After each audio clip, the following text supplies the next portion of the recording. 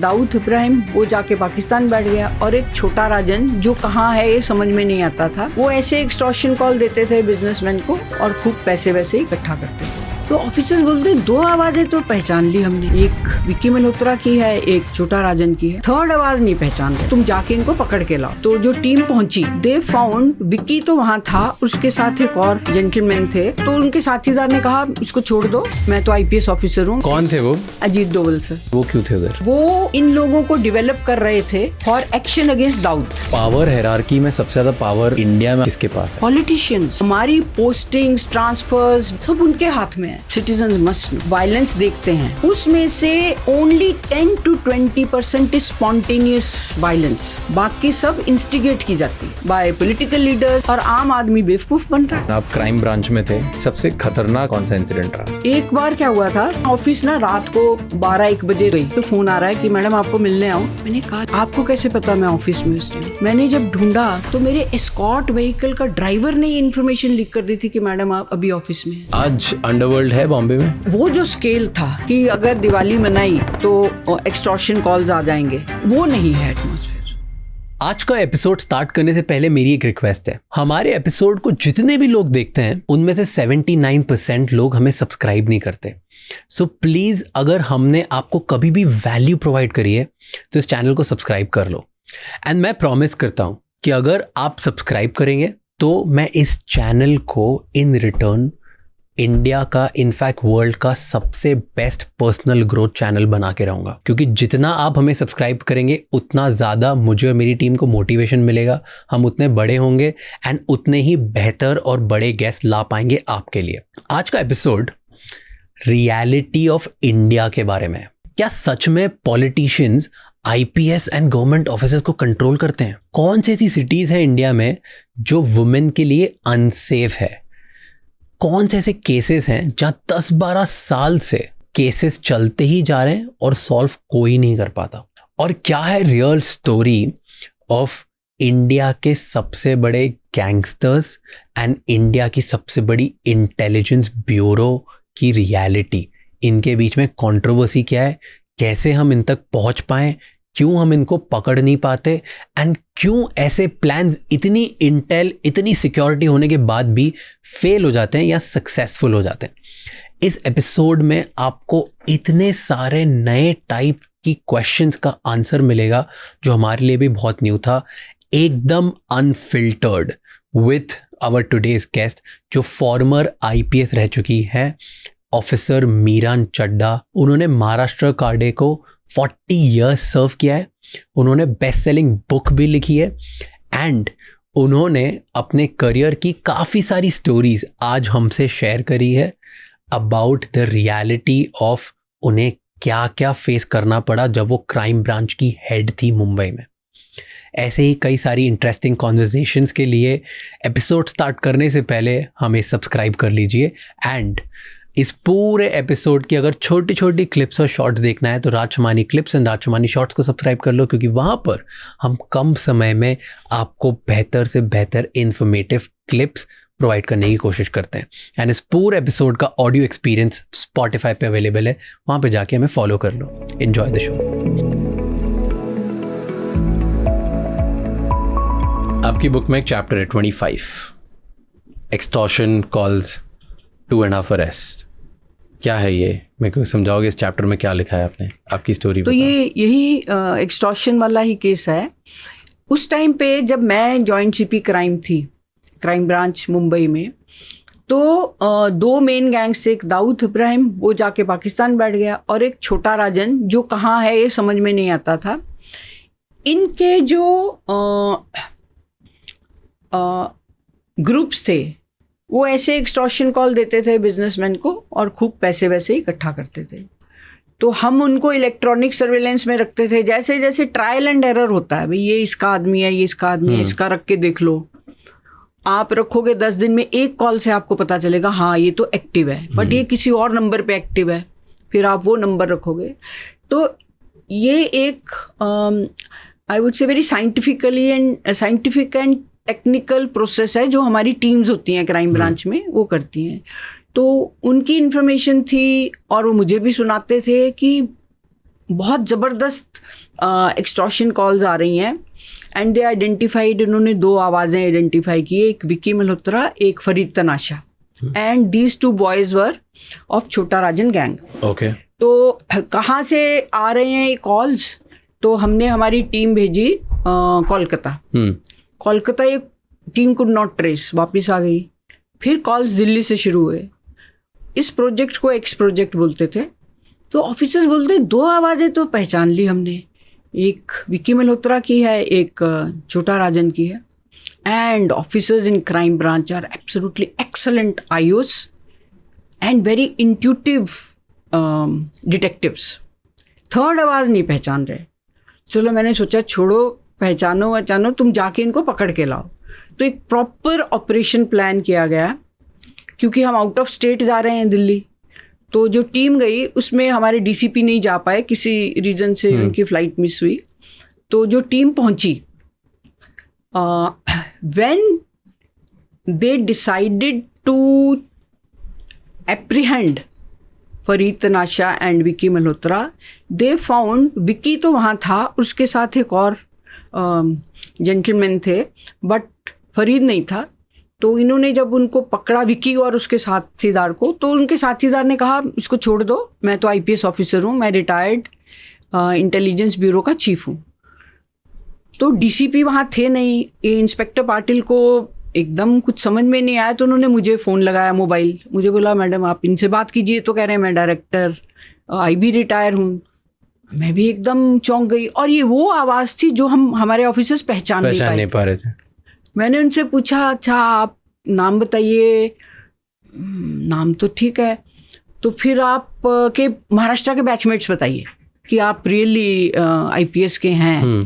तो उन्होंने अपने महाराष्ट्र के आईपीएस के बैचमेट्स के नाम बता दिए। और फिर उन्होंने मुझे गुस्सा किया, तुम छोड़ो इसे। और उन्होंने ये भी कहा कि जॉइंट सीपी तो कोई महिला है ही नहीं है। मैंने कहा मैं तो महिला हूँ और मैं तो जॉइंट सीपी हूँ। इसमें हमारा थोड़ा आर्ग्यूमेंट हुआ। तो उन्होंने कहा I will teach U A lesson. मैंने भी कह दिया I will teach U A lesson.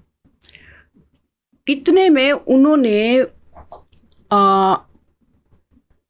कि ये पुलिस ऑफिसर्स तो पकड़ रहे हैं विक्की मल्होत्रा और मुझे, उन्होंने दिल्ली के कंट्रोल रूम को कॉल कर दिया।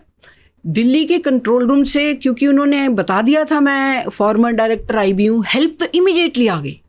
पर ये इन्फॉर्मेशन भी लीक हो गई कि IB chief, former IB chief along with Vicky Malhotra from Chhota Rajan gang caught by Mumbai police and all.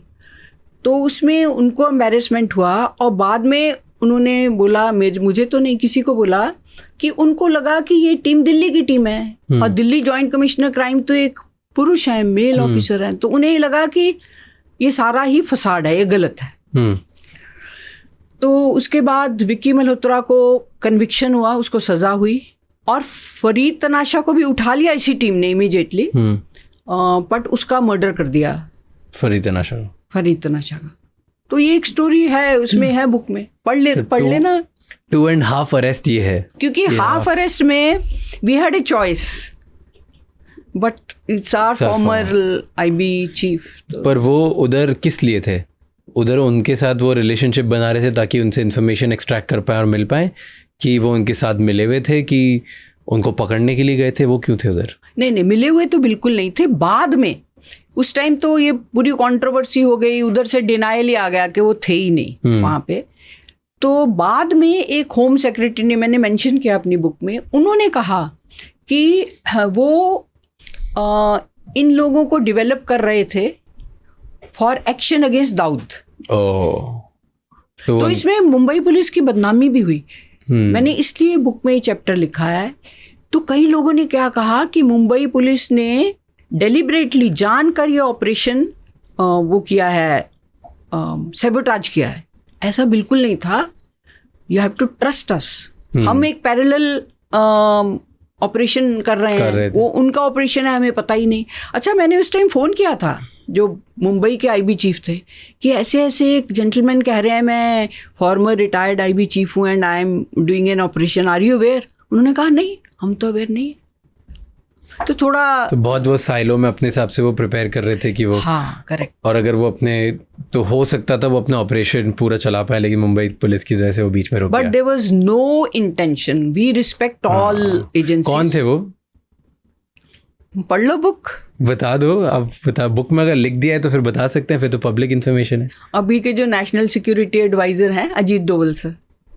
आपको लगता है कि अजीत डोभाल सर उस टाइम पे जो अपना ऑपरेशन बना रहे थे उनके साथ मिलके, वो उस टाइम पे अगर किसी भी रीज़न से या ट्रेजेडी की वजह से अगर उनका नाम नहीं आता और वो ऑपरेशन अंडरग्राउंड ही रहता, किसी के बारे में उसकी इन्फॉर्मेशन किसी को लीक नहीं होती, तो वो दाऊद को पकड़ने में सक्सेसफुल हो जाते हैं? कठिन होता, but I don't rule it out. There was a possibility. There was a possibility because Daud is also very alert. He has full support of Pakistan. So, I mean like 50-50 मैं बोलूँगी। And उसके बाद वो डर गए थे, उनको डर लगा कि अगर उनका नाम इतना पब्लिकली आ गया एंड अब पता चल गया है क्रिमिनल्स को कि वो उनके साथ मिलके कुछ कॉन्स्पिरेसी कर रहे हैं। I don't think वो डरने वाली हस्ती है। He doesn't get scared. But I think जो अपनी इंटेलिजेंस एजेंसीज में ऐसा एक्सपोज होना वो अनप्रोफेशनल कंसिडर होता है। डरने का नहीं, आई डोंट थिंक। अनप्रोफेशनल मतलब कि he was means you did not take proper care. How this happened, वो इंटेल या वो जो काम करे वो बाहर कैसे आ गई, बाहर कैसे आ गया, and how could you not foresee.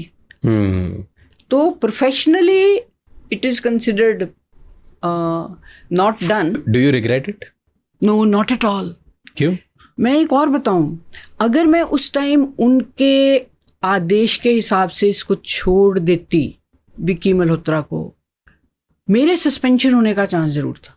Because you are taking order from a person who is not, who doesn't have any official status. और मेरी टीम जो गई थी उसको मैं कैसे बोलूं कि जिसको मैं पहले तुमको भेजा कोलकाता, अब तुमको भेज रही हूँ यहाँ, और अब मैं किसी के कहने पे हुआ नो लोकस स्टैंडाई छोड़ रही हूँ। It would have ended my career अगर मैं वो करती तो क्यों उनका ऑफिशियल स्टेटस नहीं है? मतलब वो रिटायर्ड थे ना। अगर वर्किंग आईबी चीफ मुझे कहे, absolutely I could have done that. But एक रिटायर्ड ऑफिसर, जिसका मैंने आपको बोला कि मैंने फ़ोन किया था मुंबई के आईबी चीफ को कि आपका ऐसा कुछ ऑपरेशन चल रहा है, उसने कहा नहीं सर। तो फिर उनकी लोकस स्टैंडाई नहीं और मैं छोड़ दूं। बट वो बहुत सीक्रेट ऑपरेशन रन कर रहे होते ना। तो अगर तो आईबी उसको उस टाइम बोलते yes it is our operation, we could have. But वो सीक्रेटली रन कर रहे होंगे तो पता नहीं होगा किसी को, दैट्स व्हाई। ये भी होता है। और एक और पॉलिसी है आईबी की, इफ एक्सपोज्ड यू डिनाई। थोड़ा लिटरेचर पढ़ो। या सो प्रोबेबली आईबी के साथ सब हो रहा होगा। I would like to. I would like to guess.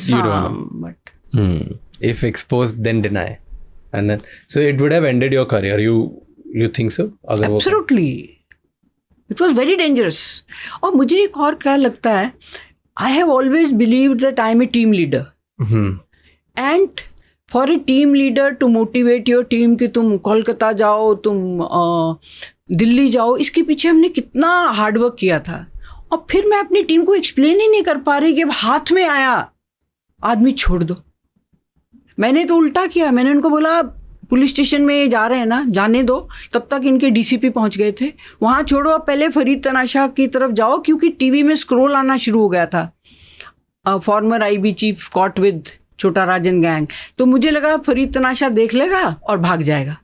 तो मुझे तो उस टाइम ये बहुत अच्छा लगा कि मेरी टीम ने प्रेजेंस ऑफ माइंड दिखाई, और बुक में मैंने एक्सप्लेन किया कि कैसे उन्होंने रेकी किया और इसको पकड़ा फरीद तनाशा को। So wow. एंड मैं बस ये सोच रहा हूँ कि इस टाइम पे आपको कितना कंफ्यूजन होगा कि आप छोड़ भी नहीं सकते और पकड़ वाला। It's a confusion on you, क्योंकि आपको नहीं पता ना, हो सकता है कि सामने वाला कोई फेक भी हो।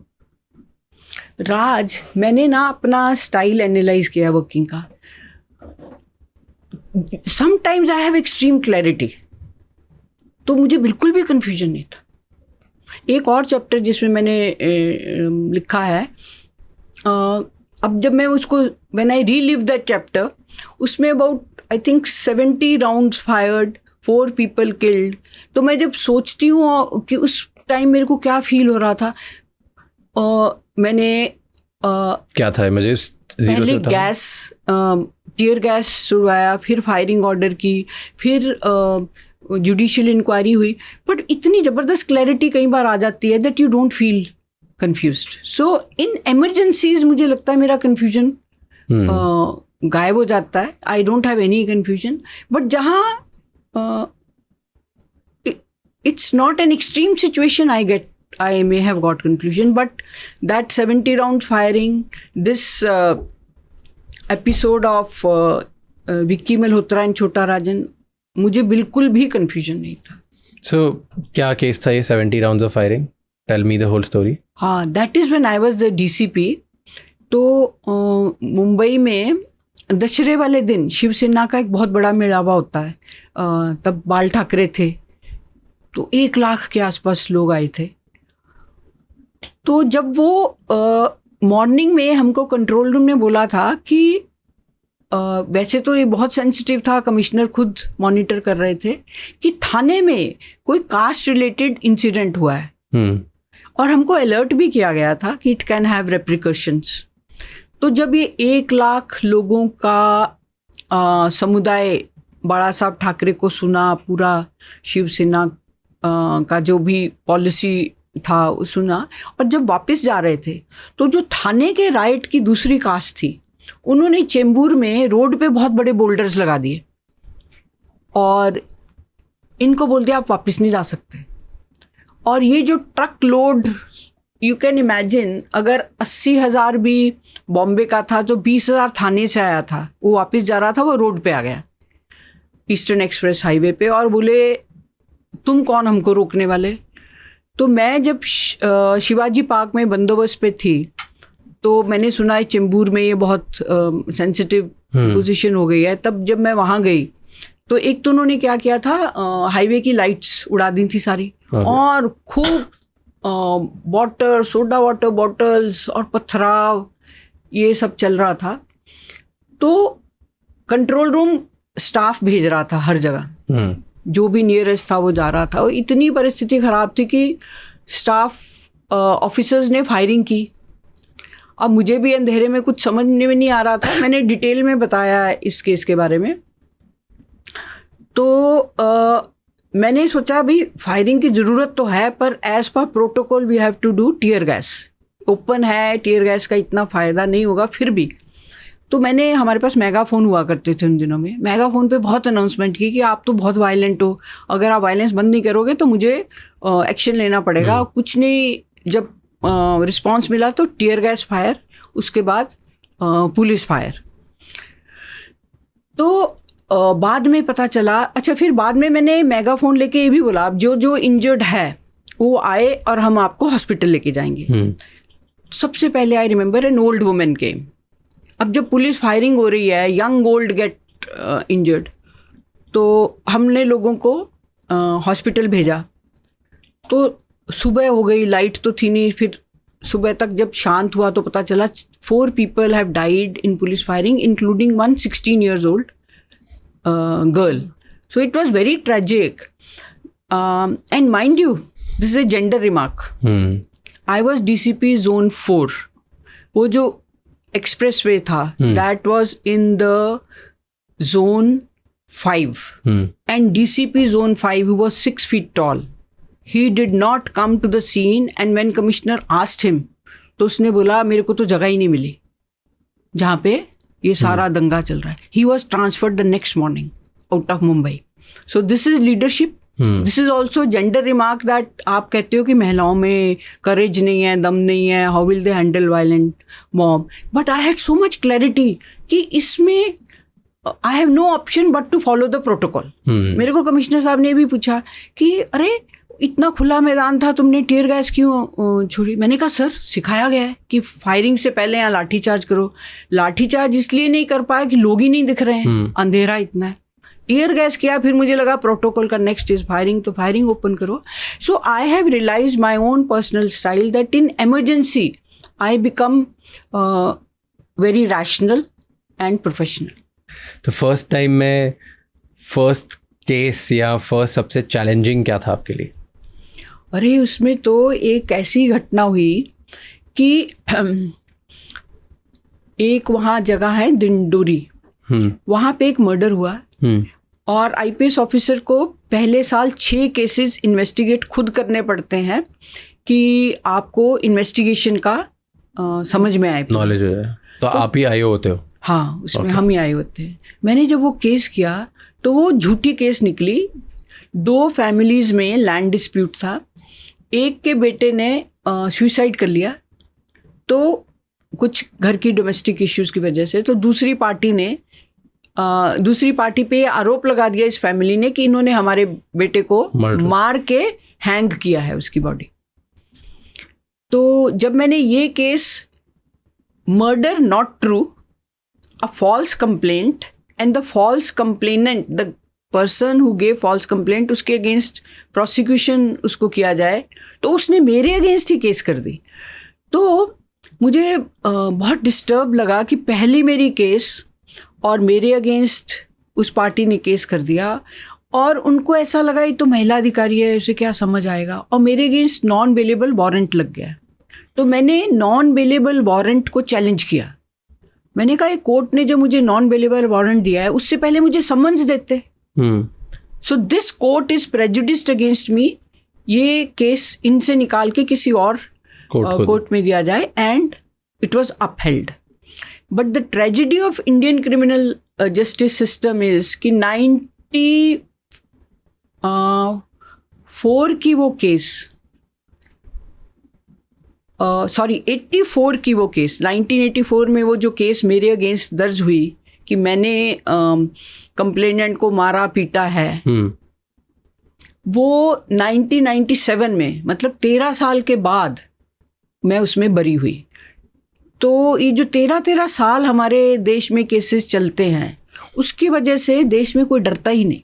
गुनाह करो और भूल जाओ, देखेंगे जब कोर्ट से सम्मन आएगा। तो इसको कैसे सॉल्व किया जा सकता है, आपको क्या लगता है? क्योंकि ये प्रॉब्लम तो है, ये बहुत बहुत मेजर प्रॉब्लम है, मतलब, और बहुत सारे ऐसे छोटे क्राइम से लेके बड़े क्राइम से जहाँ पे लोग कर देते हैं और फिर डरना भूल जाते हैं कि ठीक है क्या होगा, कुछ थोड़ी है। 1-2 बार अगर बहुत सीरियस मैटर है तो इसमें लॉयर हायर करके वो बेल पे निकल जाते हैं और फिर घूमते रहते हैं, और किसी केस में तो घूम ही रहे, पकड़ा ही नहीं है कभी। तो इसमें ये इतना सीरियस है कि मुझे समझ नहीं आता कि गवर्नमेंट इसमें क्यों इन्वेस्ट नहीं कर रही। हमारा जो देश का सिटीजन टू जज का रेशियो है वो बहुत पुअर है। आप ज़्यादा जुडिशियल ऑफिसर्स लाइए, उनको इंफ्रास्ट्रक्चर दीजिए और ऑनलाइन एविडेंस लेना शुरू कीजिए। ज़्यादा कोर्ट्स अगर बैठेंगी, अगर आज विटनेस नहीं आ रहा, उस विटनेस को आप ऑनलाइन ले लीजिए, अगर ये कर लिया तो इट इज़ सॉल्वेबल। तो मुझे नहीं समझ में आता कि क्यों हम इसमें इन्वेस्ट नहीं कर रहे। तो सिर्फ आपको लगता है सॉल्व सिर्फ इसी से हो सकता है कि नंबर ऑफ जजेस बढ़ा दो, नंबर ऑफ कोर्ट्स बढ़ा दें? पुलिस ऑफिसर्स ऑल्सो, मतलब पूरा एक इंफ्रास्ट्रक्चर हम जिसको बोलते हैं। ये भी हमारी ऑडियंस को समझना चाहिए कि पुलिस देन प्रोसिक्यूटर्स, कोर्ट में अगर ट्रायल करना है तो प्रोसिक्यूटर्स, एंड जो लॉयर्स हैं वो जो मूवीज भी बनी है डेट पे डेट लेते हैं, उसको कर्ब करो। तो मुझे क्या लगता है, जो शासन इतनी स्ट्रांगली ईडी और सीबीआई पे कंसंट्रेट कर रहा है, उनके एक्शन पे, अगर आप as a whole criminal justice system लो, more police officers, more prosecutors, more courts, इनमें इन्वेस्ट करो, तो जो देश का इनडिसिप्लिन्ड एटमॉस्फेयर है उसे आप कंट्रोल कर पाओगे और फिर क्राइम खुद कम हो जाएगा। मैं उस दिन उबर के अपने ड्राइवर से बोल रही थी कि सुना है कि तुम्हारे यूपी में योगी जी ने काफ़ी क्राइम कंट्रोल किया है। वो कह रहा है क्राइम तो इतना कंट्रोल किया है मैडम कि अब लोग क्राइम करने से डरने लग गए हैं। सो ये जो मेंटेलिटी है अगर हमें डेवलप करनी है कि तुम आज अगर गुनाह किया, 1 साल के अंदर तुम्हारा केस जो है वो कंक्लूड हो जाएगा, तुमको शिक्षा मिल जाएगी, सज़ा मिल जाएगी, बहुत ज़रूरी। आज हम लोग, आपको क्या लगता है वर्ल्ड वाइड कौन सी रैंक पे होंगे हम क्राइम के अकॉर्ड, क्राइम में? नहीं, क्राइम तो हमारा कम है। So that way you know, जब मैं डीसीपी बनी ऑफ जोन 4 जिसमें धारावी था, तो मैं तो बहुत घबरा गई कि धारावी है, इसमें कितना क्राइम होगा। Poverty does not breed crime. तो हम पुअर होंगे शायद, we are not a very rich nation, but crime, we are also poor in crime in the sense कि हमारा जो नागरिक है ना, मे बी हमारा वैल्यू सिस्टम ऐसा है। इनफैक्ट मैं हमने ना एक एपिसोड बनाया था विमेन सेफ्टी के ऊपर, तो उस टाइम में मैं रिसर्च कर रहा था about reported and unreported crimes against women. तो इंडिया का बहुत ज़्यादा नाम आता है वर्ल्ड वाइड कि इंडिया विमेन सेफ्टी में बहुत पुअर है, हम लोग बहुत पीछे हैं। डेफिनेटली हम पीछे हैं, डेफिनेटली हमें बहुत काम करना है, बहुत ज़्यादा करना है। पर मैं देख रहा था कि इतनी सारी कंट्रीज़ है जो हमसे बहुत ज़्यादा आगे हैं, लेकिन उनको कंसिडर किया जाता है कि वो सेफ़ हैं, और क्योंकि उनके बारे में वर्ल्ड न्यूज़ नहीं आती। So I was reading on some rankings कि इंडिया टॉप 30 विमेन क्राइम जिसमें जो इंडिया को बोलते हैं सबसे ज़्यादा आगे है, उसमें इंडिया टॉप 30 में भी नहीं आता। इनफैक्ट जो डेवलप्ड नेशंस है, USA, UK, ये हमसे बहुत आगे होते हैं। एंड इंडिया में था कि 1:19 का कुछ रेशियो था, एंड उसमें 258 का रेशियो था। सॉरी, 1:19 UK का रेशियो था और इंडिया का 1:258 का रेशियो था कि अगर हर 19 विमेन के ऊपर एक के साथ क्राइम हो रहा है, दैट इज़ UK, और इंडिया में हर 258 के ऊपर 1 हो रहा है। And this was research done by UN के किसी एक इंडिपेंडेंट बॉडी ने रिसर्च करी थी। But Raj, your generation must understand this. India में अगर एक महिला रिपोर्ट करना मांगती है क्राइम का, तो उसको फैमिली आगे जाने ही नहीं देती है, रिपोर्ट ही नहीं होता। सो यू फील कि मैक्सिमम केसेस इंडिया में रिपोर्ट ही नहीं होते? मोर सो अगर वो क्राइम में महिला विक्टिम है, जैसे we were talking about this Jalgaon sex scandal, तो उसमें हमारे पे इतना आरोप लगाया गया कि आप लड़कियों को बोल रहे हो आगे आओ, कंप्लेंट करो, हम केस दाखिल करेंगे। तो मुझे तो इतना सुनने को मिला, आप इनकी शादी कराओगे? कौन इनसे शादी करेगा? हमको नहीं कंप्लेंट देनी। जहाँ लड़कियों ने लिख के भी कंप्लेंट दे रही तो पेरेंट्स ने आके फाड़ दी, हमको नहीं देनी कंप्लेंट। तो देश में अभी भी ऐसा कल्चर है। एक तो NCRB का डाटा बताता है, नेशनल क्राइम रिकॉर्ड्स ब्यूरो का, कि more than 80% of cases of crime against women are within the family or by known persons. More than 80%? आप देख लो डाटा। तो उसमें क्या हो जाता है कि फैमिली बोलती है, अभी फैमिली का भी नाम बदनाम होगा हमारे देश में, जबकि UK US में दे आर नॉट बॉदर्ड, बोलेंगे किया ना केस करो। तो उसकी वजह से हमारा आंकड़ा कम है। अपने जलगांव सेक्स स्कैंडल की बात कर दी तो मुझे एक बार वो समझना है क्या है पूरा, and then we will move forward and we won't talk about it. क्या था वो? और क्यों आपकी करियर की वो हाईलाइट बन चुकी है? हाँ, तो this was a typical case which caught public attention, क्योंकि इसमें जो 3 आरोपी थे, 2 तो सिटिंग म्युनिसिपल काउंसलर थे। ओके। एक्चुअली जिनको विमेन सेफ्टी के लिए सबसे ज़्यादा इनिशिएटिव लेना चाहिए था वही आरोपी थे, और एक MLA का, पास्ट MLA, फॉर्मर MLA का बेटा था। तीनों पावरफुल, यंग, और उनका MO बड़ा अजीब था, मोडस ऑपरेंडी। वो क्या करते थे, लोकल कॉलेज में एडमिशन ले लेते थे। तो उसकी वजह से उनको, ये देखो पुरानी बात है 94 की, लड़कियों के साथ इंटरेक्शन करने की मतलब वेन्यूज, और उन्हीं कॉलेजेस में कई बार उनको चीफ गेस्ट करके बुलाया जाता था। अच्छा। यू आर यंग, तुम्हारे पास पैसा है, तुम्हारे पास पावर है, तो लड़कियां अट्रैक्ट हुई तो पहले उनको मैरिज प्रॉमिस करो, देन सेक्सुअली एक्सप्लॉइट करो। और फिर उन्होंने ना, एक तिरुपति लॉज थी, वहाँ पे एक वीडियो लगा रखा था, that whole act of sexual intercourse वो रिकॉर्ड करो, फिर लड़कियों को ब्लैकमेल करो and force them to have sexual relationship with friends. और लड़कियां इसमें इतनी ज़्यादा फंस गई कि उनको समझ ही नहीं आ रहा था कि बाहर कैसे निकलें, इतनी ज़्यादा एक्सप्लॉयटेशन हो गया। और उस टाइम महाराष्ट्र में लेडी ऑफिसर्स थी नहीं, मैं बाय चांस CID में पोस्टेड थी, तो मुझे वहाँ जब भेजा गया तो एक्चुअली मेरे जो बॉस थे उन्होंने कहा तुम शहर में मत रहो, शहर में अगर रहोगी तो लड़कियां नहीं आएंगी। तो शहर से बाहर मुझे एक वो दे दिया गया। क्यों नहीं आएंगी लड़कियां शहर में? क्योंकि उनसे डरती थी लोकल लीडर से डरती थी, और लड़कियां ऑल्सो, उनका मेन ये कहना था कि हमारे पेरेंट्स हमें केस नहीं दाखिल करने देंगे। वो भी सही था। तो ये केस स्टार्ट कैसे हो, पता कैसे चला कि ये हो रहा है? पर अचानक मीडिया में कोई बोला, नाम वाम तो आया नहीं, तो इतना ज़्यादा हंगामा कि 100 से ज़्यादा लड़कियों का एक्सप्लॉयटेशन हुआ है। तो लोकल कम्युनिटी और स्कूल कॉलेजेस काफ़ी ज़्यादा, ये जब अप्रोर हुआ तब मुझे भेजा गया। और इसमें एक और जो निष्पन्न हुआ कि महाराष्ट्र में इतनी कम लेडी ऑफिसर्स थी कि जब मैं जलगांव में गई तो 8-10 दिन के बाद लेडी ऑफिसर्स को, इनको कभी कोई नासिक से भेज रहे हैं, कभी नागपुर से भेज रहे हैं, कभी मुंबई से भेज रहे हैं, पुणे से भेज रहे हैं। तब हमें समझ में आया कि अगर ऐसे लड़कियों का, महिलाओं का एक्सप्लॉयटेशन हो बड़े स्केल पे, हमारे पास तो मैन पावर ही नहीं है।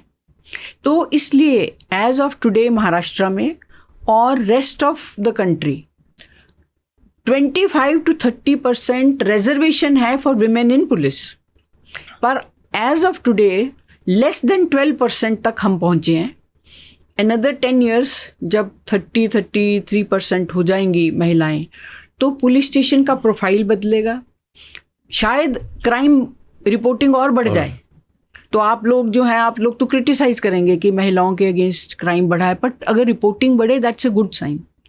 सो आप बता रहे थे कि तो आपको पहले तो सिटी के बाहर आपको डाला, फिर कैसे वो सॉल्व हुआ, क्या हुआ? फिर वहाँ पे एक ही लोकल असिस्टेंट सब इंस्पेक्टर थी, वो जाती थी स्कूल कॉलेजेस में से, तो काफ़ी लड़कियाँ बोलती थी कि हमारे ऊपर ही अत्याचार हुआ है, पर आती नहीं थी। फिर आस्ता आस्ता आने लगी, क्योंकि उनको लगा कि यहाँ तो कोई देख नहीं रहा है, तो चुपचाप आ जाती थी, बैठे रोती थी, बताती थी कैसे हुआ।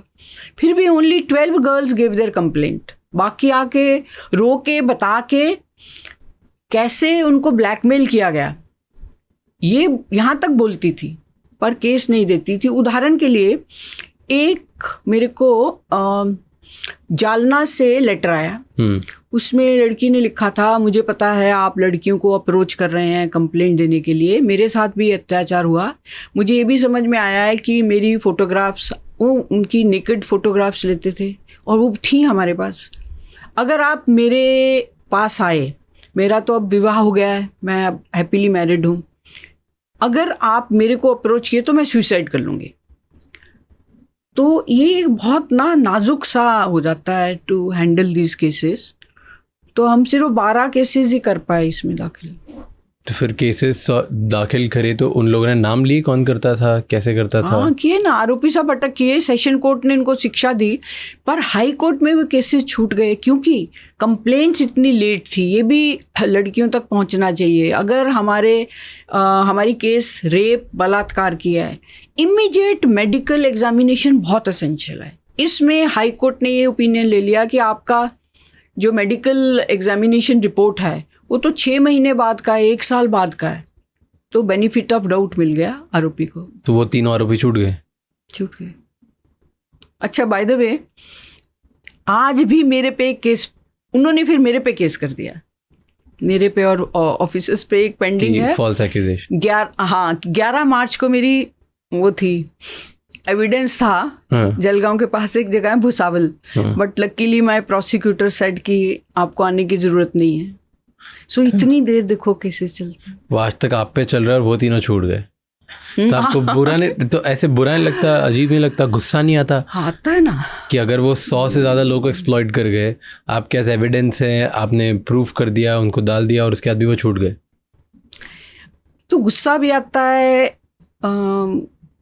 अब क्या करें, this is life and this is happening to an IPS officer. Exactly, थोड़ा think of what happens to ordinary citizen. मैं कह रही हूँ राज, पब्लिक प्रेशर बिल्ड करो।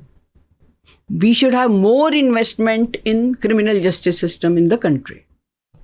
आपने एक लाइन बोली थी इंडियन एक्सप्रेस में, आपका राइट आर्टिकल था, हेडलाइन थी इंडिया टुडे में, sorry, politicians have reduced civil servants as puppets. इसमें तो कोई शक ही नहीं है, पूछो ना किसी भी ब्यूरोक्रेट्स कि सिविल सर्वेंट्स को बिल्कुल पॉपेट जैसे यूज़ करते हैं पॉलिटिशियंस। और अगर नहीं आप पपेट बने तो आपको कहीं साइड पे दे देंगे कोई पोस्ट। आपको ट्राई किया किसी ने? बहुत बार। क्या क्या ट्राई किया?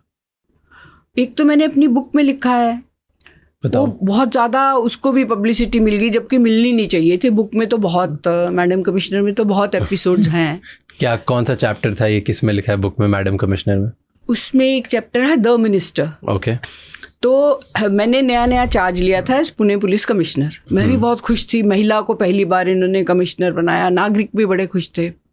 उसी के दरमियान मुझे बोला गया येरोडा पुलिस स्टेशन की जो 3 एकड़ जगह है, अब एग्जैक्ट 3 या थोड़ी कम ज़्यादा हो सकती है, वो एक प्रोसेस ऑफ ऑक्शन ऑर्गेनाइज किया गया था, जिसमें पुलिस कमिश्नर मेंबर थे, डिविजनल कमिश्नर चेयरपर्सन थे, और ये एक बिल्डर हैं, शहीद बलवा उनका शायद नाम, एग्जैक्ट नेम नहीं, उनको ये दे दी जाए बिकॉज वो हाईएस्ट बिडर थे।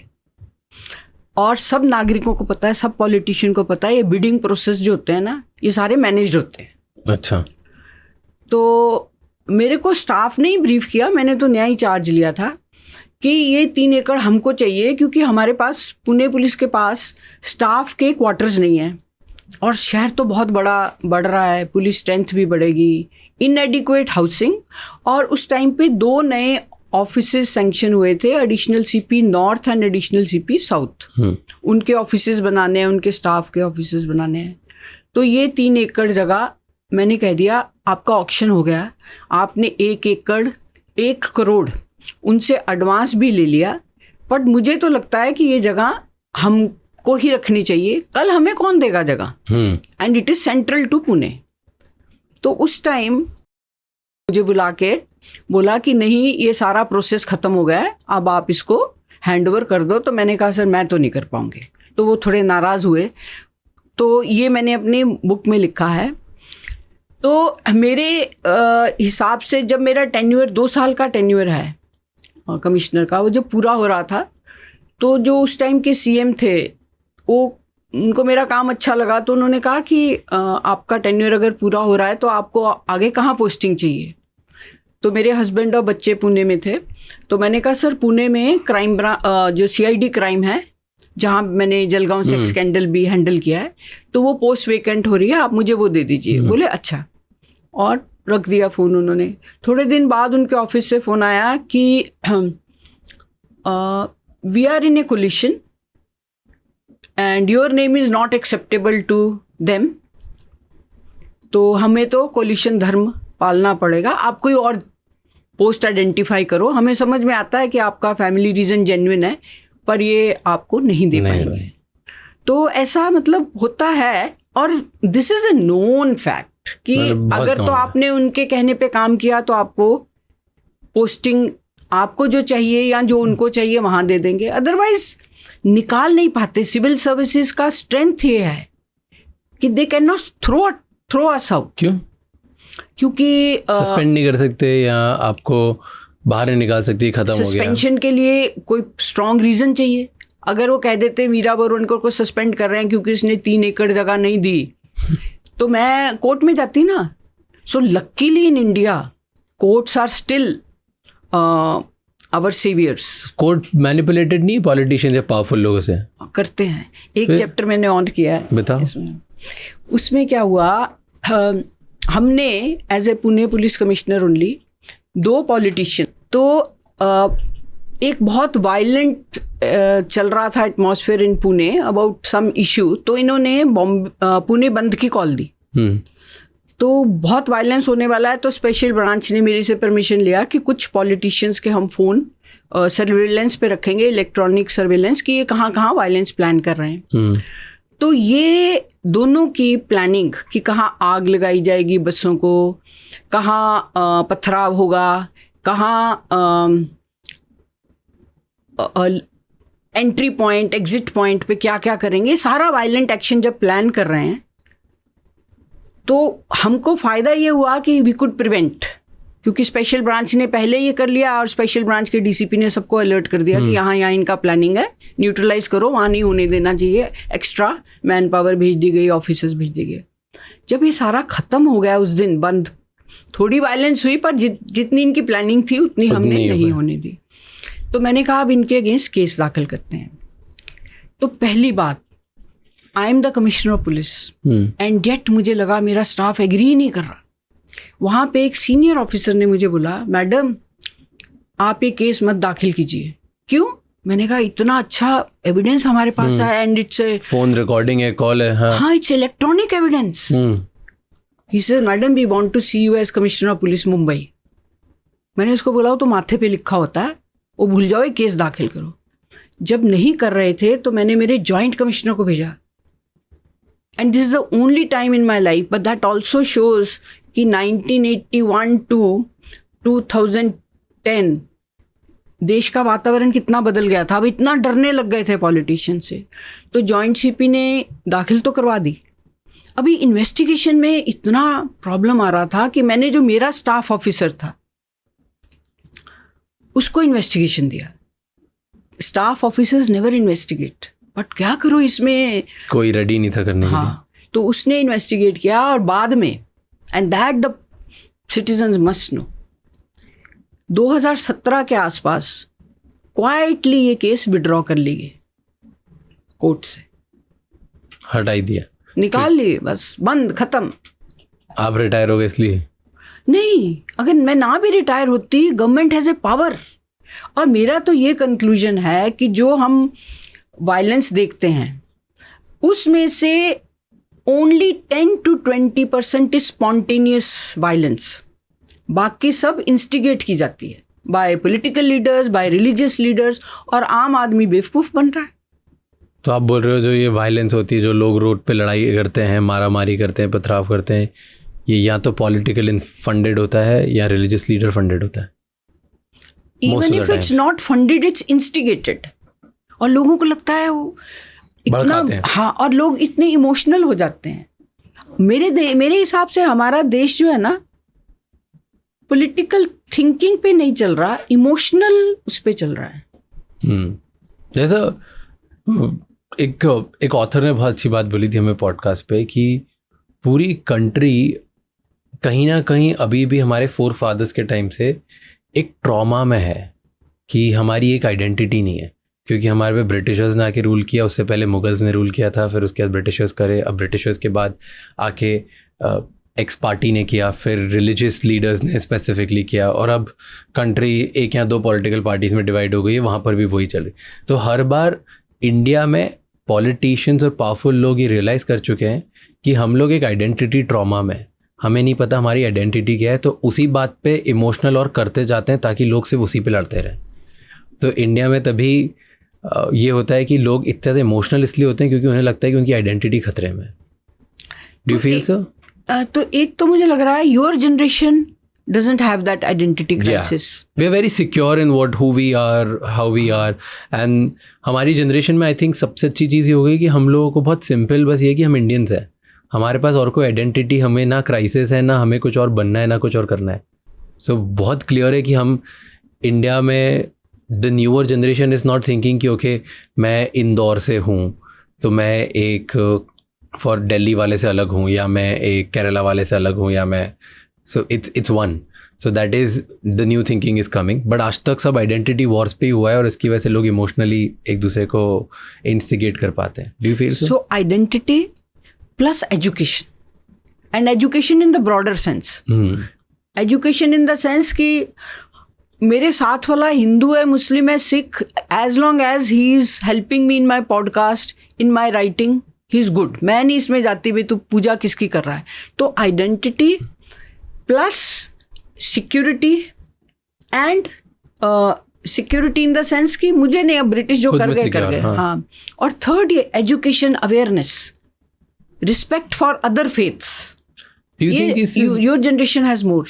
बट डू यू थिंक सिर्फ एजुकेशन सॉल्व करता है? क्योंकि मैंने देखा है बहुत लोगों को कि जो लोग बहुत पढ़े लिखे भी हैं, मतलब okay I wouldn't say educated, but जिनके पास डिग्रीज़ हैं, जो एक लेवल पे जा चुके हैं, अच्छी प्राइवेट जॉब करते हैं, उनको भी बहुत आइडेंटिटी क्राइसिस होते हैं, क्योंकि उन्हें लगता है कहीं ना कहीं कि उनकी लाइफ में वो स्टक है, या वो आगे करियर में इसलिए नहीं बढ़ पा रहे हैं क्योंकि वो एक सर्टन आइडेंटिटी से आते हैं, और उनके पास भी आइडेंटिटी क्राइसिस होते हैं। तो सिर्फ एजुकेशन सॉल्व नहीं करता है बिलीव? मेरे एजुकेशन को बहुत ब्रॉडर सेंस में ले रही हूँ, नॉट डिग्रीज। ओके, कि सिविल साइंस में ले रहे हो? हाँ। ओके, बट ये पॉलिटिशियन इंस्टिगेट करते हैं, ये पक्का है, आज भी करते हैं? हाँ बिल्कुल, अभी तो और करेंगे ना, इलेक्शंस हैं और हम बेवकूफ़ बनेंगे और बनेंगे। बट अब दंगे नहीं होते ना इतने जितने पहले होते थे, एटलीस्ट सुनने में नहीं आते पब्लिकली। दंगों की संख्या तो मैंने नहीं देखी, मे बी उसका भी एक ये रीज़न है कि अब लोगों को समझ में आ गया है कि हमारा उल्लू बनाया जा रहा है और वो नहीं बनते हैं। पर अभी भी धर्म के नाम पे तो बहुत भड़काया जाता है लोगों को। ओके, आपने बताया कि पॉलिटिशियंस हैं और 2 स्पेसिफिक पॉलिटिशियंस हैं जिनकी कॉल रिकॉर्डिंग्स भी आई और अब वो केस विड्रॉ हो गया है, उनको क्लियर वो दे दिया है, राइट? ये 100% आपके पास रिकॉर्डिंग सुनी की थी, सब सुना था आपने? हाँ बिल्कुल, मैंने खुद सुना। और जो नारगोड़ा जो थे मेरे स्टाफ ऑफिसर, उन्होंने, he is a very, everybody knows that he is a very high quality IO. तो उन्होंने क्या कहा कि इनकी आवाज़ है, हम इनका सैंपल लेंगे और फॉरेंसिक लैब से ये प्रूव करवा देंगे किसकी आवाज़ है, in case they want to question that. और अगर ये लोग डिनाई कर रहे हैं हमारी, उन्होंने सैंपल ही नहीं दिया। क्यों नहीं दिया? क्योंकि चोर की दाढ़ी में तिनका, सैंपल देके प्रूव करवा देते हैं हमारी आवाज़ नहीं है। और जो हमारे उस टाइम के जो डीसीपी थे, मैं उनका नाम नहीं लेना मांग रही क्योंकि मैंने उनसे परमिशन नहीं ली, नारगोड़ा ने कहा है आप मेरा नाम ले सकते हैं। वो बहुत मेटिकुलसली उन्होंने पूरा रिकॉर्ड रखा हुआ था जिससे प्रूव हो रहा था ये इनका ही आवाज़ है। और अगर आपको, आपका ये कहना है मेरी आवाज़ नहीं, तो आप सैंपल दीजिए, फॉरेंसिक लैब ओपिनियन देगी। एंड तक सैंपल तो दिया नहीं और फिर क्वाइटली केस कोर्ट से निकाल लिया। तो कभी आपने अपील नहीं करी कि इनको सज़ा मिलनी चाहिए, या अपील करो एटलीस्ट कि मेरे को सैंपल लेने की परमिशन दें? तो हम तो सुप्रीम कोर्ट हाँ गए, हाई कोर्ट ने भी कहा, सेशन कोर्ट ने कहा इनको सैंपल दो, सुप्रीम कोर्ट ने कहा, सेशन कोर्ट, हाई कोर्ट ने कहा कि इनको सैंपल देना ज़रूरी है। सुप्रीम कोर्ट ने कहा अब ये केस ट्रायल पे आ गई है, let the trial court decide. तो ट्रायल कोर्ट को डिसाइड ही नहीं करने दिया। Government has the power as per CrPC to withdraw a case. ये पावर भी लोगों को नहीं पता। तो गवर्नमेंट के पास ये पावर है कि वो कोई भी केस विड्रॉ कर सकते हैं? नहीं, जिसमें मर्डर या लॉस ऑफ लाइफ है वो नहीं विड्रॉ कर सकते। तो इसमें रायत में लॉस ऑफ लाइफ तो होगा? नहीं, इसमें बिकॉज हम जब पता चला कि यहाँ ये करने वाले हैं दंगे और पथराव, तो हमने तो वहाँ स्टाफ भेज दिया ना, ऑफिसर्स भेज दिए, होने ही नहीं दिया। पर छोटा मोटा हुआ, but no loss of life. Okay, और तो इस टाइम अगर वो लॉस ऑफ लाइफ नहीं हुआ तो वहाँ पे उनके ऊपर कोई केस नहीं होगा? विड्रॉ कर सकते। और ये बहुत बार होता है और एज ए सिटीजन हमको पता ही नहीं।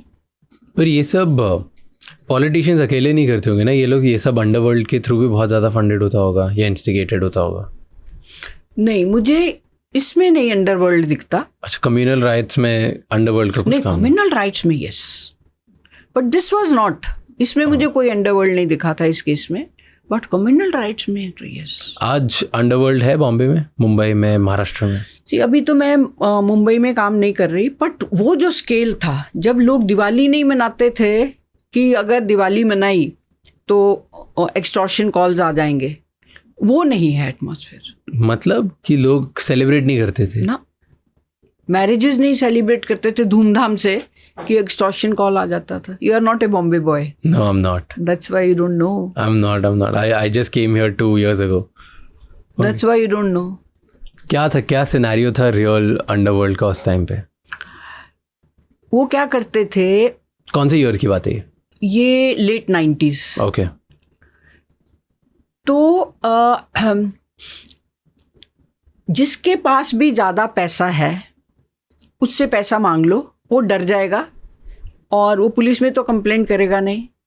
तो या तो हमें वो रेगुलर हफ्ता दे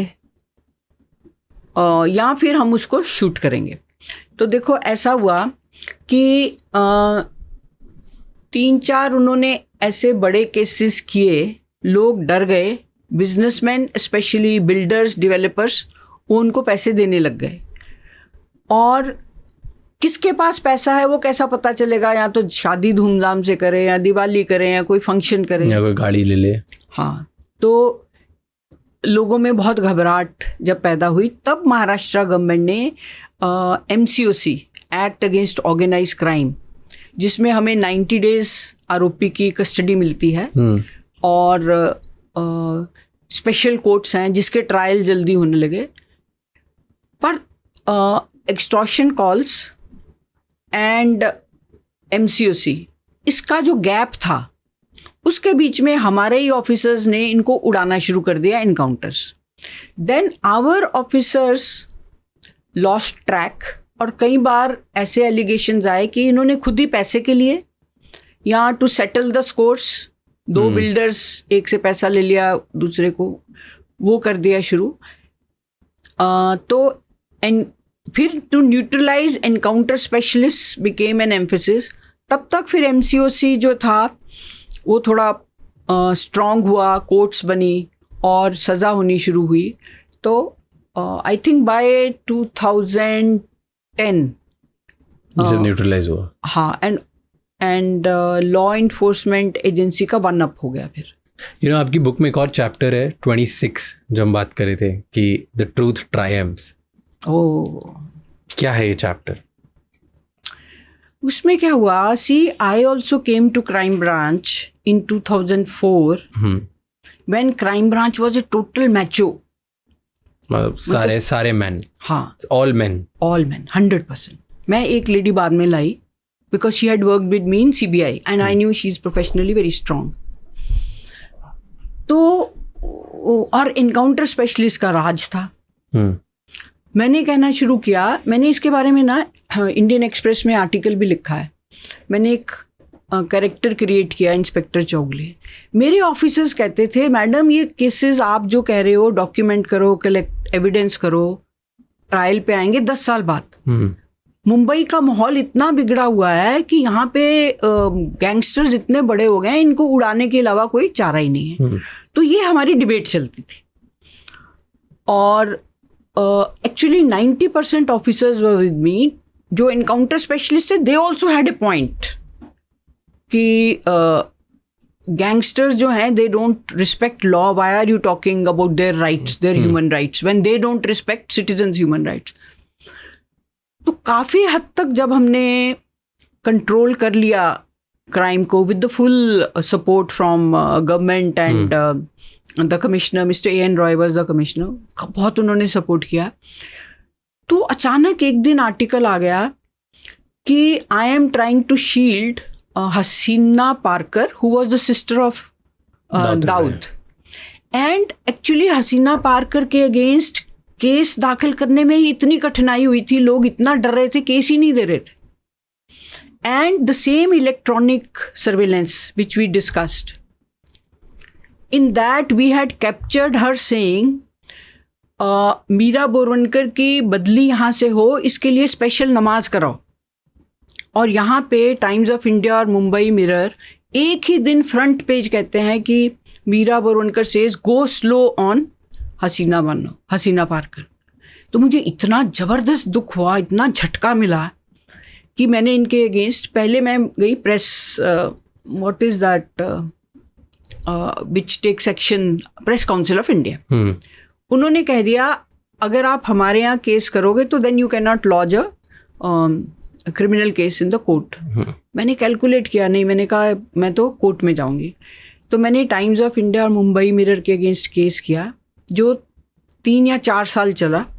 मेरी बदली तब पुणे में हो गई, but government supported me, but as this is a private case, so I used to come from Pune, sit in court, stand in court.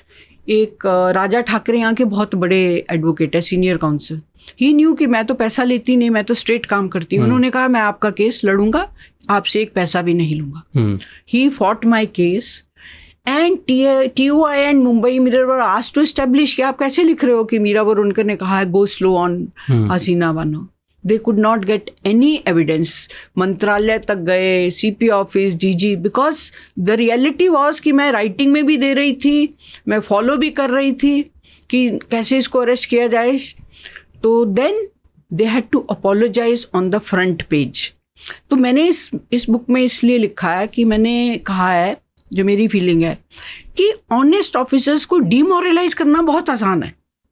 आप ऐसा लिख दो अच्छा, और मुझे सब एडवाइस क्या कर रहे थे, अरे you are just an officer, ये publications are so big, why are you taking them on, you will never succeed. और मैंने बुक में ये भी लिखा है, जिस दिन उन्होंने अपॉलॉजी की, मेरे को इतने फ़ोन आए from senior officers to the citizens, now they were appreciating the fact that I fought. So I have also said that I have nothing against the publications, but they should verify. आपके correspondent जो भी लिख रहे हैं, आप verify तो करो, बिना verify आप front page। और मैंने ये भी insist किया कि जिस दिन आपने news दी है, उस दिन आपने मेरा फोटो डाला है। जब आप apology कर रहे हो, मेरी फोटो डालो, and apology will be drafted by me. So मैंने और राजा ठाकरे सर ने बैठ के apology draft की, उनको फोटो भेजा, and both the papers apologise. Same उन्होंने अपॉलॉजी दी। सो डू यू थिंक कि वो इन्फ्लुएंस था हसीना पारकर का उनके ऊपर, इसीलिए उन्होंने ये लिखा ताकि आपकी बदली जल्दी हो जाए? नहीं, मुझे लगता है कि एक तो मेरे से रिपोर्टर्स भी नाराज थे। क्या था उन दिनों, since you are not from Mumbai, you won't know what used to happen was, officers would say आज हम यहाँ इनकाउंटर करेंगे, और अपने फेवरेट मीडिया वालों को बुला लेते थे। ऑफिसर्स भी हीरो बन जाते थे, मीडिया को भी रिवॉर्ड मिल जाता था, अरे यू कैप्चर्ड ए लाइव और अबाउट टू बी पोस्ट। तो रिपोर्टर्स नाराज हो गए कि एनकाउंटर बंद कर दिए, पुलिस ऑफिसर्स नाराज हो गए कि एनकाउंटर बंद कर दिए, हसीना पारकर तो नाराज थी। अब इन तीनों में से कौन इतना प्रेशर लाया that respected publications without verifying gave front page news? I have a question on this. 2 questions actually.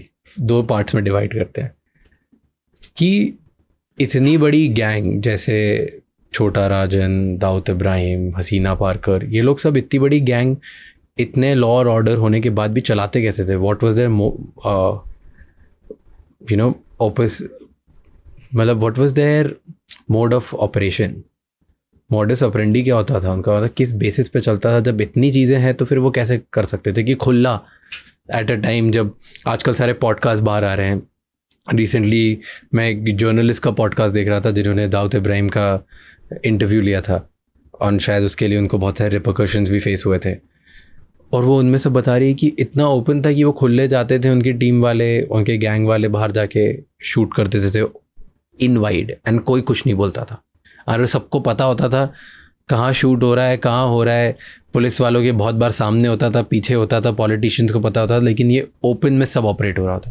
तो ये कैसे ऑपरेट हो रहा था? What was their main thing? कैसे वो ऑपरेट कर पाते थे? पूरा जो एक गैंग वॉर, और जो एक टाइम पे मुंबई में पूरा गैंग्स थे, क्या होता था? Pure greed, and later on some religious sentiments, and no respect for law and corruption. ये सारे, इसका एक रीजन नहीं है, एक कॉज नहीं है, सारे मिल गए थे। हाँ, करप्शन कैसे पाते थे? तो करप्शन फ्रॉम गवर्नमेंट और ब्यूरोक्रेसी, इनका ग्रीड। तो ग्रीड में अगर मैंने राज को फ़ोन किया और बोला कि आज इनकी जो लैंग्वेज होती थी, एक डिब्बा भेज दे, इनकी लॉजिक क्या थी? एक बार मैंने एक लड़के को किया था इंटरोगेट, तो उसने क्या बोला, मैडम मेरे घर में खाने को कुछ नहीं है और ये रोज नई कार लेके घूमता है। सो दिस लॉजिक कि तुमने जो पैसा कमाया ना वो स्ट्रेट नहीं है, इनका एक्चुअली स्ट्रेट लोगों को बहुत कम टारगेट करते थे। तूने जो कमाया वो धोखे से कमाया, हमको हमारा शेयर दे दे, वो ग्रीड है। और मैं बिकॉज मैं गवर्नमेंट में हूँ, मैं अपना शेयर भी लूँगी, and I will also look the other way when you are operating. तो इसलिए अल्टीमेटली इनको बंद किया गया व्हेन एक्चुअली, तो जब पानी सिर से बाहर पहुंच गया, लोगों में इतना ज़्यादा, जैसे मैंने बताया दिवाली मनानी बंद, मैरिजेस बंद, जब इतना ज़्यादा हाहाकार शुरू हुआ, तब द सेम एजेंसीज जो इनसे अपने कट्स ले रही थी, they got together, MCOC act हुआ, एनकाउंटर्स बंद होके इनको कोर्ट में लाया गया, इनकी पब्लिक ह्यूमिलेशन हुई, दे वर शोन कि you are powerless in front of law. तो ये सब concerted effort by state, by centre, by bureaucrats, by police officers, by politicians, क्योंकि पानी तो सिर से निकल गया। तब बंद हुआ ये तब सब? बंद हुआ। और किस टाइम पे सबसे ज़्यादा ख़राब था, जब दाऊद इंडिया में था कि जब हसीना पारकर थी तब?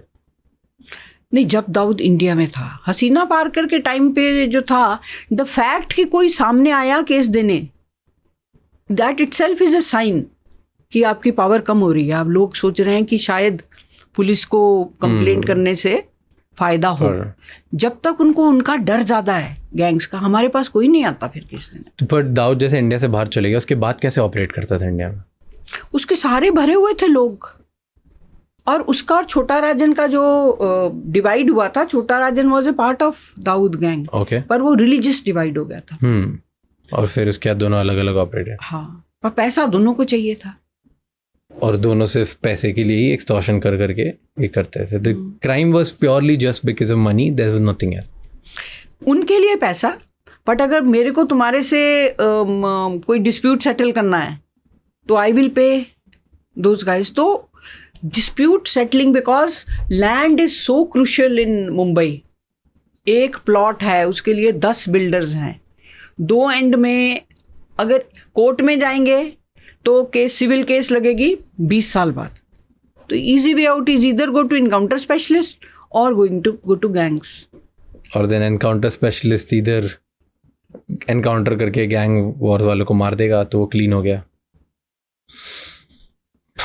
Okay, and then here's a question, आप क्राइम ब्रांच में थे, सबसे खतरनाक आपकी लाइफ में कौन सा इंसिडेंट रहा जब आप क्राइम ब्रांच में थे इधर?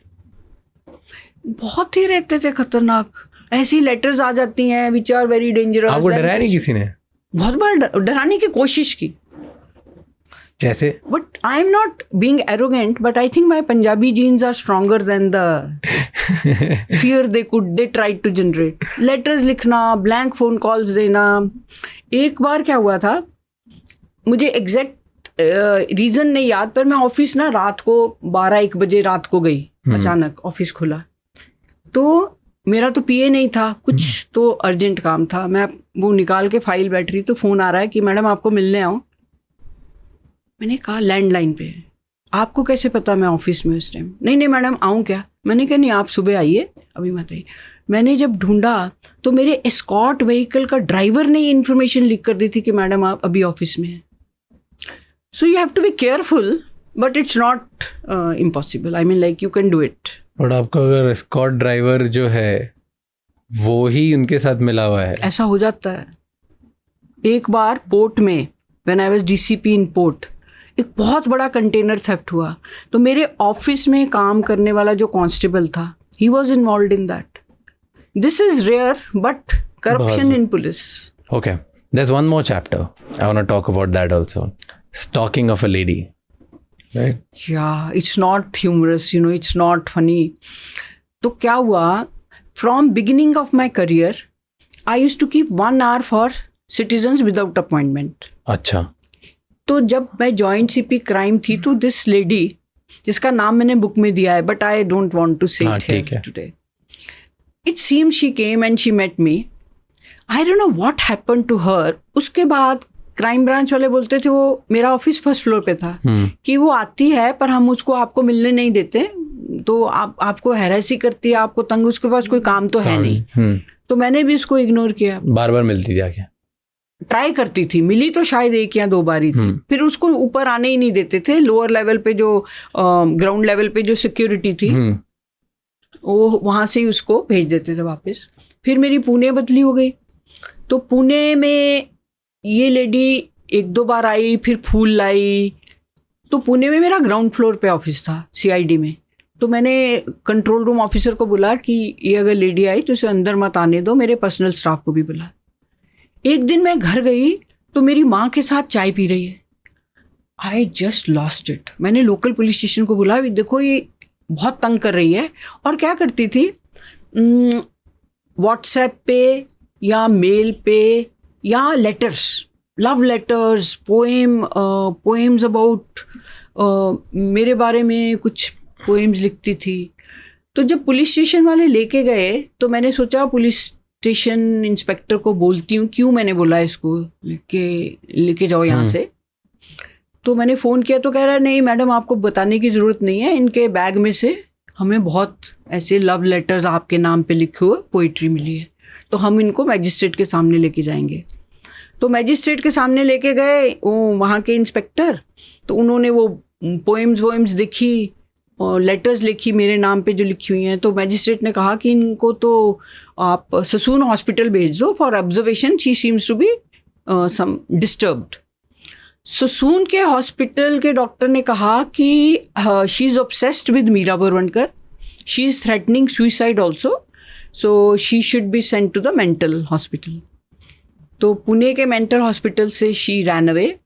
उसकी और उसकी मदर ने मेरे अगेंस्ट केस कर दी हाई कोर्ट में, saying that I illegally detained. मेरा इसमें कोई रोल नहीं except sending her to the police station. उसको जब हॉस्पिटल भेजा गया तो मैजिस्ट्रेट का आदेश है, मेंटल हॉस्पिटल भेजा गया तो डॉक्टर की रिपोर्ट और मैजिस्ट्रेट का ऑर्डर है।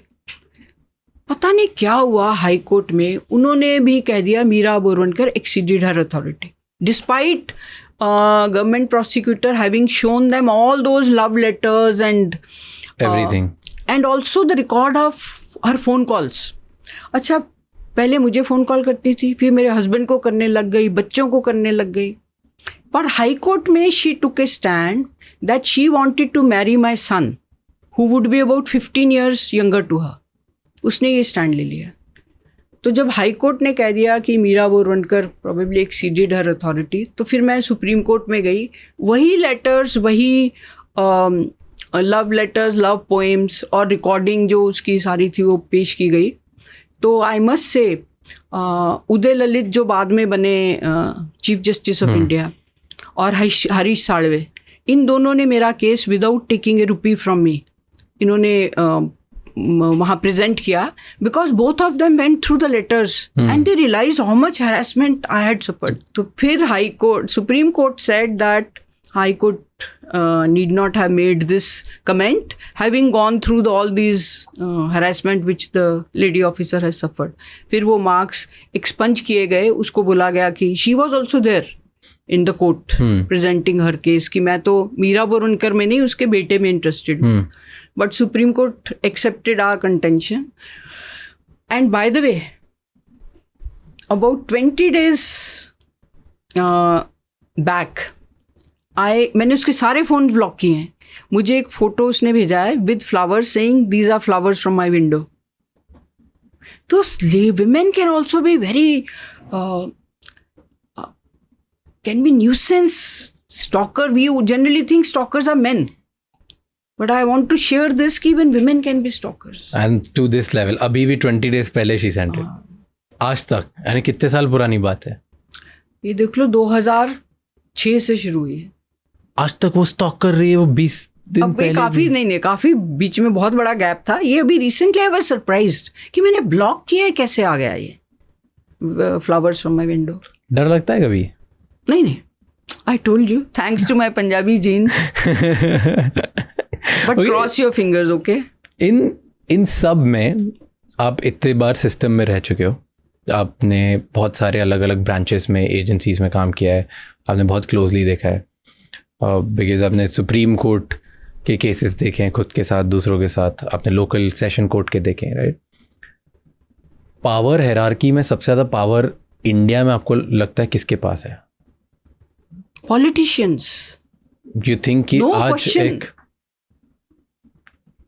नो क्वेश्चन, यू थिंक कि एक पुलिस ऑफिसर वो पावरलेस है in front of a politician?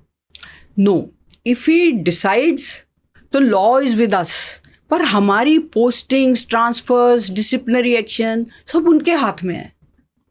तो देखो, मेरा ऐसा है कि my husband is working, I don't feel any responsibility कि मेरे को बच्चों को बड़ा करना है, तो मैं रिस्क ले सकती हूँ। Think of A sub inspector जिसकी वाइफ बच्चे उस पर डिपेंडेंट है, लॉ उसके फेवर में है, बट कहाँ से वो स्ट्रेंथ लाए to withstand a corrupt politicians? You think that one corporator is also powerful than police? कि only at the politicians at what level? Politicians जो central level, chief minister of the state obviously will be more powerful. MLAs भी powerful होते हैं, MPs भी powerful होते हैं अपने area के लिए। जैसे मैं आपको उदाहरण देती हूँ, आज की परिस्थिति में जिला का प्रत्येक पुलिस स्टेशन का जो इंचार्ज है, जिसे आप इंदौर की भाषा में SHO बोलेंगे, हमारी भाषा में सीनियर इंस्पेक्टर बोलेंगे, वो MLA का सिलेक्ट किया हुआ है। अच्छा, मे बी 5% 10% पुलिस लीडरशिप कहेगी ये बहुत कैपेबल ऑफिसर है, इसको मैं पुलिस स्टेशन इंचार्ज बनाता हूँ। बट MLA के एरिया के जो 10 पुलिस स्टेशन हैं उसमें 9 के इंचार्ज तो उसी ने सिलेक्ट किए हैं। शायद एक जो है वो लीडरशिप ने की, इज़ वेरी कॉम्पिटेंट। पर एक यहाँ पे एक और पॉइंट है रेजर्व, वो जो 9 उसने सिलेक्ट किए वो इनकॉम्पिटेंट नहीं होते। ऐसा नहीं है कि they are incompetent, they are competent.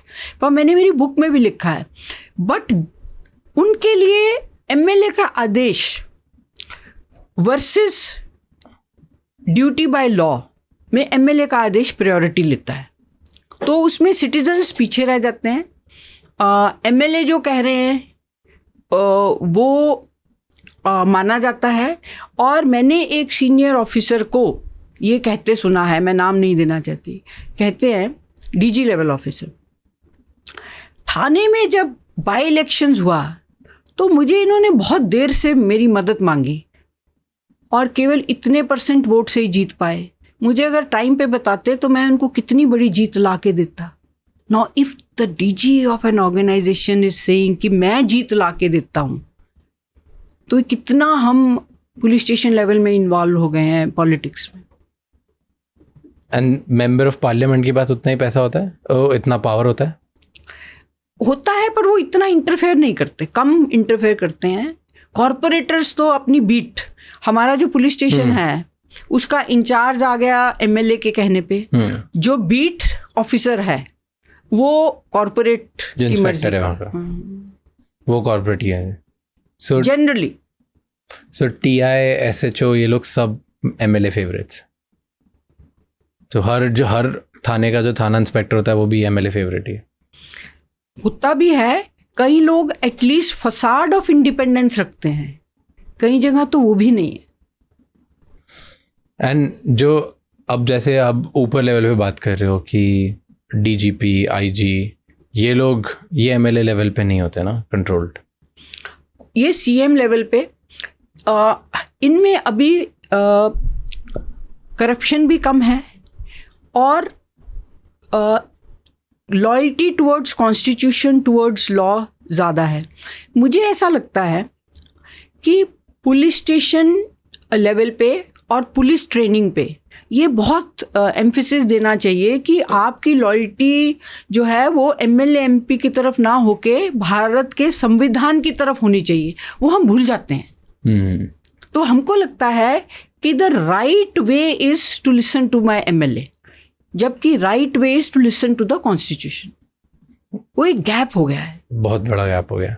And you think कि सिर्फ पॉलिटिशियन ज़्यादा पावरफुल हैं कि जो बहुत बहुत पैसे वाले बिजनेसमैन हैं वो भी, मैन एंड वुमेन हैं? बट एक तो देश में बहुत पैसे वाले कौन, अंबानी, अदानी और थोड़े गिने चुने ही हैं, वो भी पावरफुल हैं। पर हर एरिया का भी एक बहुत पावरफुल होता होगा, हर शहर का या हर कस्बे का तो एक पावरफुल होता होगा, जो क्योंकि पॉलिटिशियन के वो क्लोज फ्रेंड्स होते होंगे या उठना बैठना उनका साथ में होता होगा, उनकी पॉलिटिकल पार्टी को फंड्स वहाँ से आते होंगे, सो वो भी तो बहुत पावरफुल होंगे। ओके, उनके पास पैसा है बट उनकी पुलिस नीड्स कम है। ओके, MLA के पास 10 लोग रोज जाते हैं, उसको पुलिस स्टेशन को फ़ोन करना ही पड़ता है। ये बिल्डर या पैसे वालों को कभी कोई पर्सनल इशू आ जाए तभी फ़ोन करना पड़ता है। तो मैं कहूँगी कि मेरा तो एक्सपीरियंस बिल्डर्स या बहुत पावरफुल लोगों से इंटरफेरेंस का इतना नहीं आया जितना पॉलिटिशियन की इंटरफेरेंस का आया, क्योंकि पॉलिटिशियन के पास लोग बहुत जाते हैं मदद मांगने। सो ये जो पैसे वाले जो ज़्यादा लोग होते हैं वो लोग तो एक आध बस क्लियरेंस वेरेंस के लिए फ़ोन करते होंगे, बाकी कुछ नहीं। या जब कुछ पर्सनल इशू, किसी ने धमकी दे दी, हाँ, तब फ़ोन करेंगे, प्रोटेक्शन दे दो और ये हाँ उस टाइम पे। एंड देन वो आप मतलब पुलिस उनको फेवर करती है जिनको जिनके पास पैसा होता है ज़्यादा, कि सब केसेस सेम। टेंडेंसी तो थोड़ी बहुत है बट इतनी ब्लेटेंट मैंने नहीं देखी। और एक और इशू है, जैसे जब ये प्रोटेक्शन मांगते हैं तो हम लोग इनको उनसे वो ऑन पेपर डॉक्यूमेंटेशन एक कांस्टेबल दिया तो इसके लिए इतना आपको देना पड़ेगा, पैसा भी लेते हैं. But actually one very important point which I feel we have missed, every constable in India, किसी भी स्टेट का आप ले लो, कम से कम 14 घंटे दिन में काम करता है. और हर उत्सव के दिवस, गणपति है, दिवाली है, होली है, एक्स्ट्रा काम. तो इसलिए कई बार मुझे लगता है कि वो जस्टिफाई कर लेते हैं अपने आप को कि मैं जब इतना काम कर रहा हूँ तो अगर इसने थोड़ा दे दिया तो इसमें क्या गलती है, या जब मुझे अड़चन आती है तो कौन मेरी मदद करता है, थोड़ा सा पैसा अगर आ गया है तो उसी से मैं लॉयर हायर कर लूँगा. जैसे मेरे अगेंस्ट 2 पर्सनल केसेस हैं, कौन उसका खर्चा देगा. ऐसा हमारे ऑफिसर्स के अगेंस्ट भी प्राइवेट केसेस हो जाते हैं. तो ऐसे इसीलिए यू फील कि इंडिया में पुलिस का नाम इस चीज़ में बहुत ज़्यादा आता है कि मतलब बहुत लोग न्यूज़ में लिखते थे कि ब्राइब बहुत ज़्यादा चलती है, हर जगह आप पुलिस स्टेशन में पैसे खिला दो तो आपका काम जल्दी हो जाएगा. इनफैक्ट एक छोटे से पासपोर्ट बनवाने के लिए भी अगर आपको करना है तो आप पैसे खिला दो, आपका बहुत फास्ट हो जाएगा. या कोई भी चीज़ से आपको बचना है तो आप पैसे खिला दो और आगे निकल जाओ. Do you think that's true अभी आज की तारीख में भी कि पैसे से सब काम हो जाता है पुलिस स्टेशन में भी? ये अब इसलिए कम हो गया क्योंकि टेक्नोलॉजी आ गई. आपको अगर पासपोर्ट चाहिए, you have to apply online. तो वो जो सारा सर्किट था ना, वो तोड़ दिया.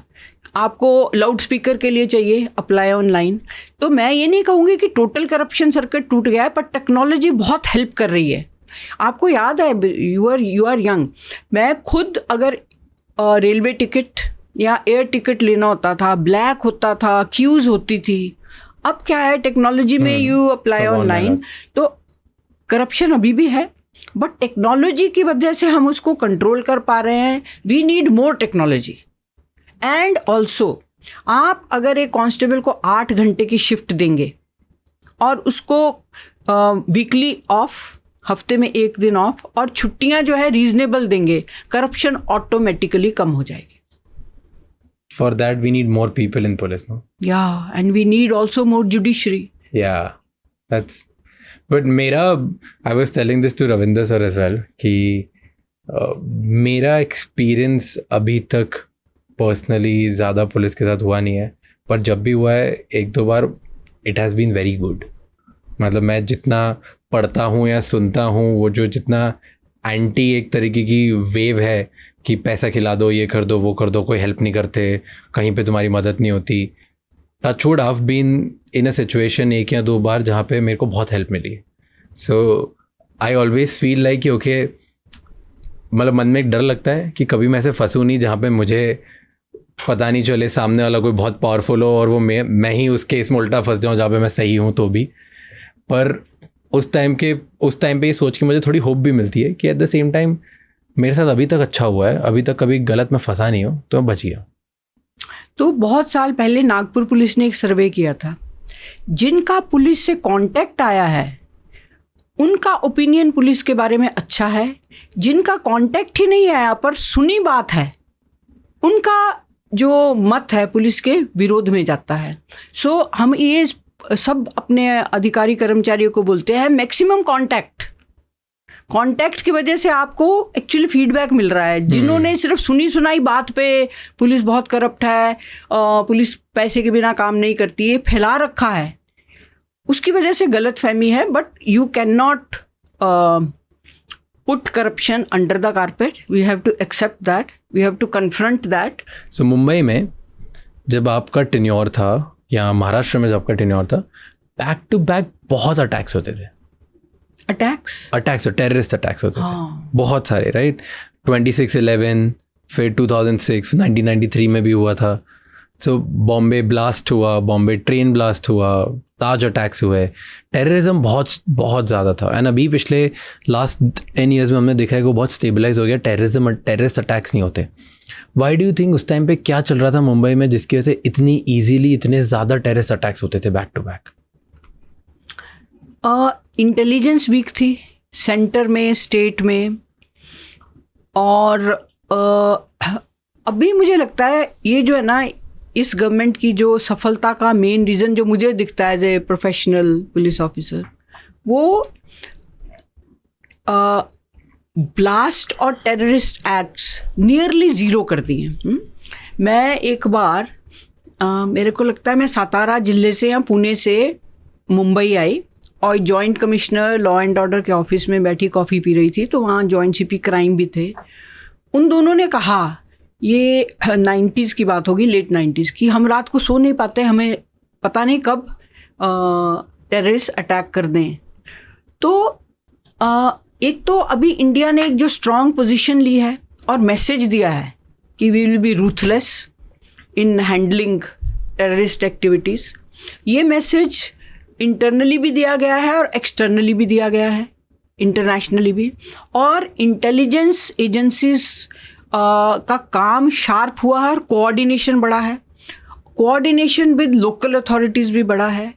पुलिस प्रोफेशनलिज्म जो 26 सकरा के केस में बहुत क्रिटिसाइज हुआ था, एनएसजी लेट आई थी, उस सब पे केस स्टडीज डिस्कशंस होने के बाद जो स्टैंडिंग SOPs बनाएंगे, स्टैंडिंग ऑपरेटिव प्रोसीजर्स, वो रीडू करके हर जगह फोर्स 1 या SPG या NSG इनकी जो यूनिट्स इस्टेब्लिश की गई हैं। तो ये combined effect of internal consolidation and message to international audience कि हम ये टॉलरेट नहीं करेंगे, उसका सब इफेक्ट है। तो स्ट्रॉन्ग स्टैंड एंड इंटरनली जो इन्होंने बहुत स्ट्रॉन्ग किया है।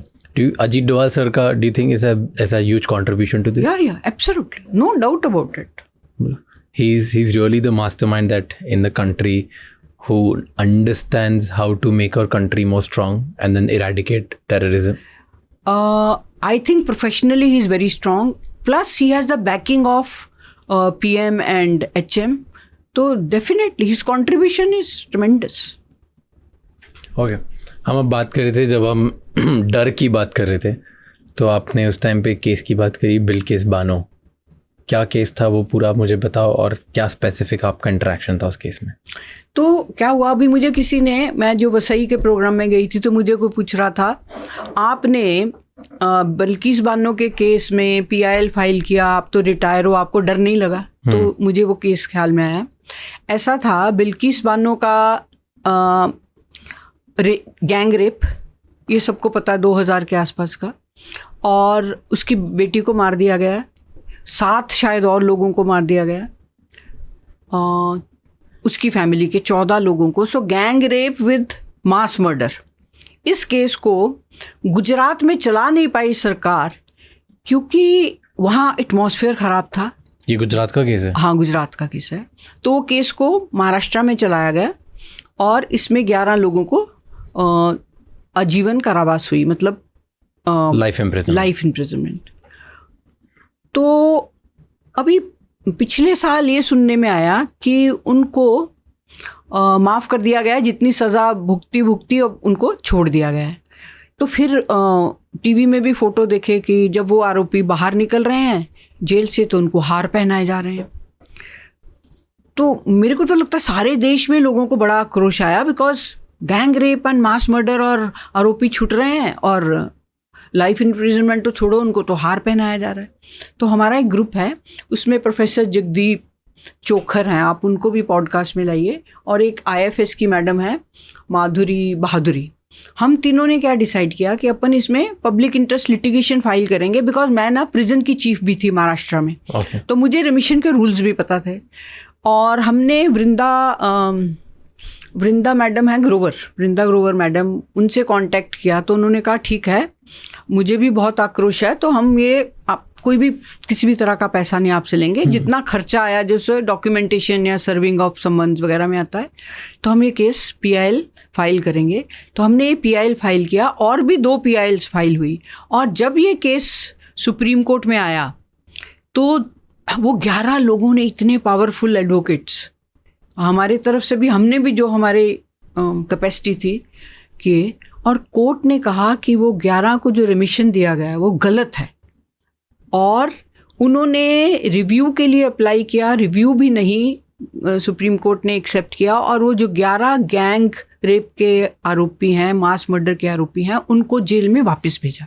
तो मुझे एक लगता है इसमें 2 मैसेजेस बहुत क्लियर जो हमारा ग्रुप देना मांगता है। मैं इंडिविजुअली नहीं, PIL मेरे नाम से है इसलिए मेरा नाम आता है उसमें, कि एक तो महिला अत्याचार जो है उसमें धर्म जाति का वो नहीं है। बिल्किस बानो मुस्लिम है और मैं हिंदू हूँ, चोखर प्रोफेसर हिंदू हैं या माधुरी मैडम है, तो अत्याचार है, उसके विरुद्ध आवाज़ उठानी चाहिए।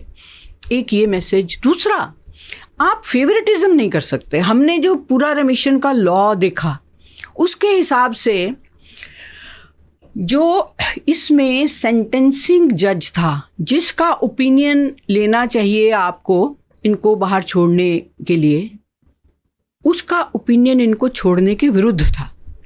CBI के जिस इन्वेस्टिगेटिंग ऑफिसर ने इन्वेस्टिगेट किया था उसने भी अपोज किया था, फिर भी गुजरात सरकार ने छोड़ दिया। तो जब 3-4 लोगों ने PILs फाइल किया तो हमें इतना, मैं आपको बता नहीं सकती कितनी खुशी हुई कि सुप्रीम कोर्ट ने हमारी सुनी और जो कायदा है उसके हिसाब से निर्णय देकर उन 11 आरोपी को वापस जेल में भेजा।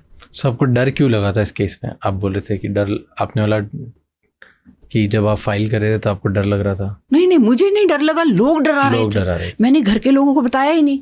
लोग क्यों डरा रहे थे? एक तो तुम रिटायर हो, जब तक तुम सर्विस में हो, दूसरा ये इस टाइम हिंदुत्व का राज है, तो ये महिला तो मुस्लिम है, तो तुम्हारे अगेंस्ट आ जाएंगे ये सारे रिलीजियस एलिमेंट्स। बट मुझे और मेरे सारे ग्रुप को लगा कि इस केस में ना religion doesn't matter, it is a very cruel crime. तो that's how. Wow, I have so many more questions. मैं कितनी जा सकता हूँ? I know, आपको लेट हो रही है, and thank you so much. आप इधर आए, आपने इतनी सारी स्टोरीज बताई, इतनी सारी चीज़ें फ्रैंकली बताई. It's an honor to have you. I hope this will be one of your best podcasts as well, and this is one of our best podcasts.